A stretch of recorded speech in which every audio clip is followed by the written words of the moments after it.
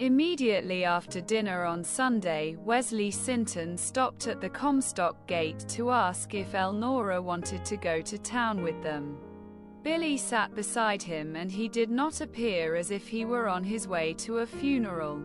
Elnora said she had to study and could not go, but she suggested that her mother take her place. Mrs.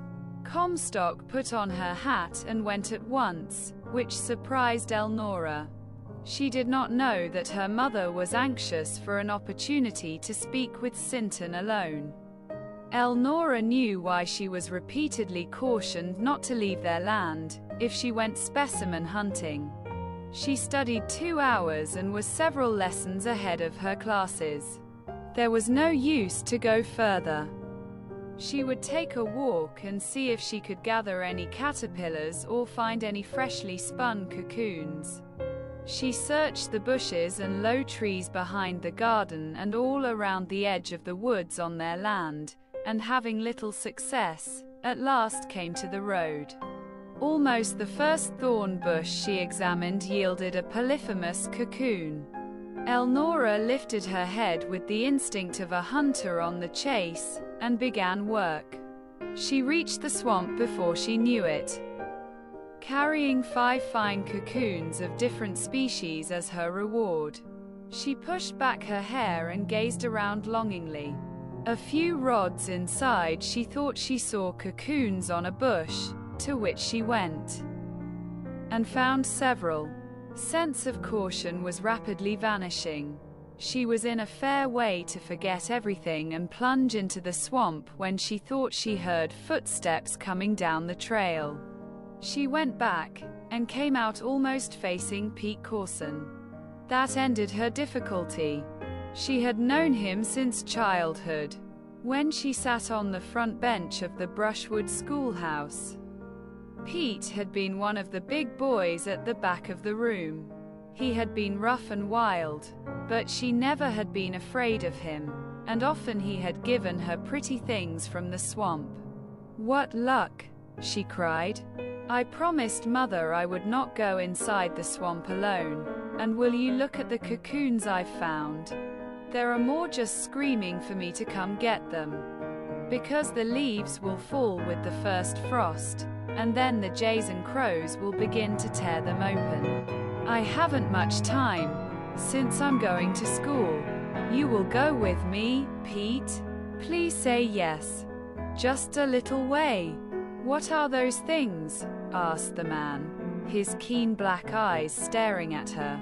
"They are the cases these big caterpillars spin for winter. And in the spring they come out great night moths, and I can sell them." "Oh, Pete, I can sell them for enough to take me through high school and dress me so like the others that I don't look different. And if I have very good luck, I can save some for college. Pete, please go with me. Why don't you go like you always have?" "Well, the truth is, I had a little scare," said Elnora. "I never did mean to go alone. Sometimes I sort of wandered inside farther than I intended, chasing things. You know, Duncan gave me Freckles' books, and I have been gathering moths like he did. Lately I found I could sell them. If I can make a complete collection, I can get $300 for it.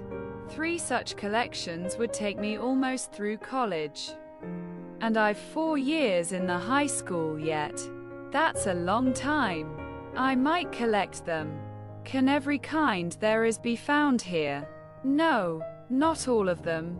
But when I get more than I need of one kind, I can trade them with collectors farther north and west, so I can complete sets. It's the only way I see to earn the money. Look what I have already. Big gray cecropias come from this kind, brown polyphemus from that, and green lunus from these. You aren't working on Sunday. Go with me only an hour, Pete." The man looked at her narrowly. She was young, wholesome, and beautiful. She was innocent, intensely in earnest, and she needed the money, he knew that. You didn't tell me what scared you, he said. Oh, I thought I did. Why, you know, I had Freckles' box packed full of moths and specimens, and one evening I sold some to the bird woman. Next morning I found a note telling me it wasn't safe to go inside the swamp. That sort of scared me. I think I'll go alone, rather than miss the chance. But I'd be so happy if you would take care of me. Then I could go anywhere I chose. Because if I mired, you could pull me out. You will take care of me, Pete? Yes, I'll take care of you, promised Pete Corson. Goody, said Elnora. Let's start quick. And Pete, you look at these closely. And when you are hunting or going along the road, if one dangles under your nose, you cut off the little twig and save it for me, will you? Yes, I'll save you all I see, promised Pete. He pushed back his hat and followed Elnora. She plunged fearlessly among bushes, over underbrush, and across dead logs. 1 minute she was crying wildly. That here was a big one. The next she was reaching for a limb above her head or on her knees overturning dead leaves under a hickory or oak tree. Or working aside black muck with her bare hands as she searched for buried pupae cases. For the first hour Pete bent back bushes and followed, carrying what Elnora discovered. Then he found one. Is this the kind of thing you are looking for? He asked bashfully, as he presented a wild cherry twig. Oh, Pete! That's a Promethea. I didn't even hope to find one. What's the bird like? Asked Pete.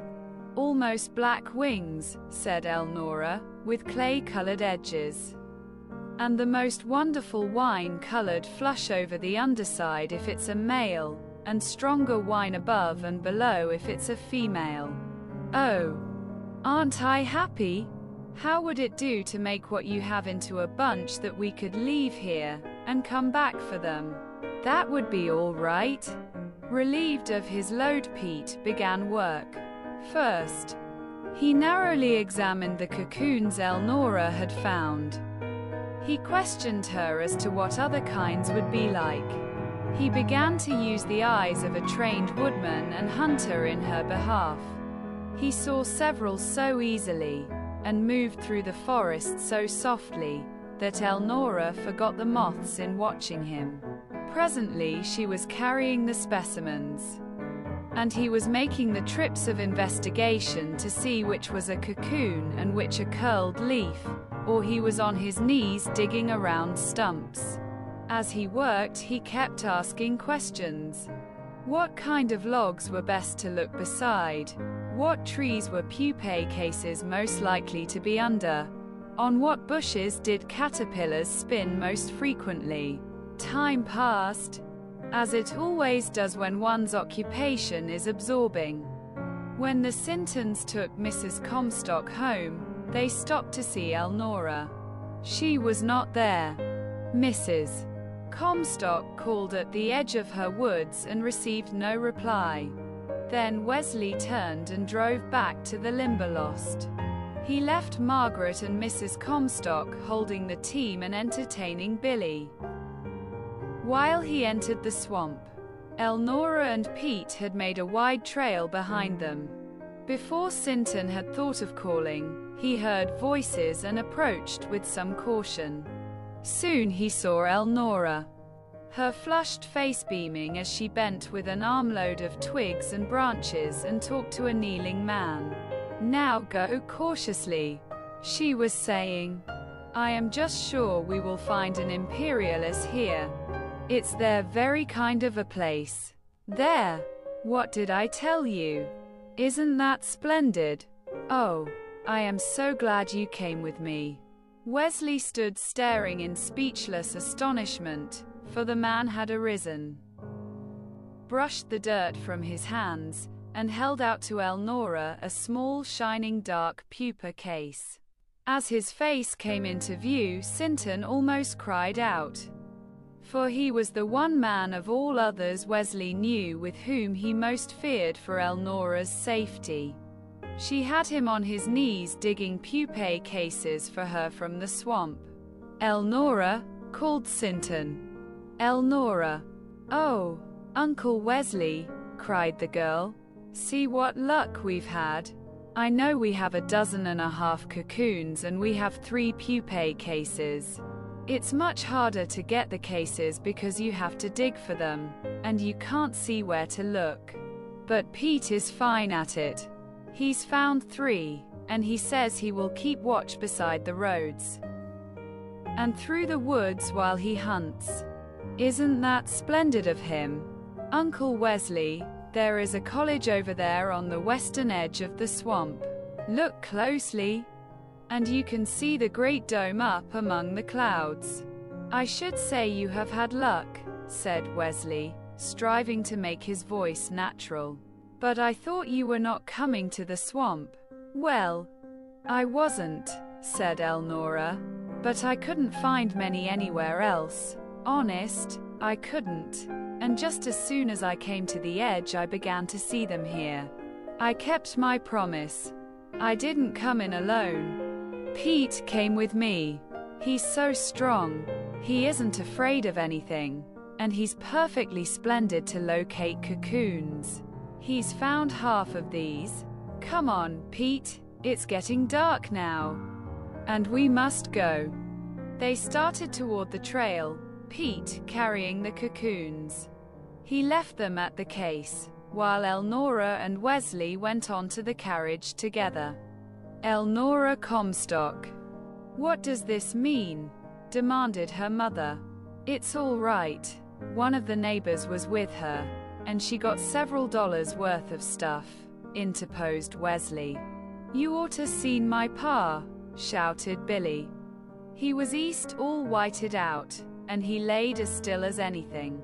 They put him away deep in the ground." "Billy," breathed Margaret in a prolonged groan. "Jimmy and Belle are going to be together in a nice place. They are coming to see me, and Snap is right down here by the wheel." "Here, Snap. My, but he'll be tickled to get something to eat. He's most twisted as me. They get new clothes, and all they want to eat, too. But they'll miss me. They couldn't have got along without me. I took care of them. I had a lot of things give to me, 'cause I was the littlest, and I always divided with them. But they won't need me now."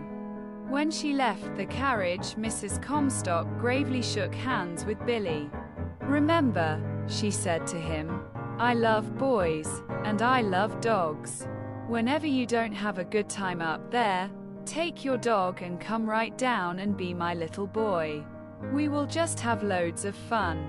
You should hear the whistles I can make. If you aren't treated right, you come straight to me." Billy wagged his head sagely. "You East bet I will," he said. "Mother, how could you?" asked Elnora as they walked up the path. "How could I, Missy? You better ask how couldn't I? I just couldn't. Not for enough to pay my road tax. Not for enough to pay the road tax. And the dredge tax, too. Aunt Margaret always has been lovely to me, and I don't think it's fair to worry her.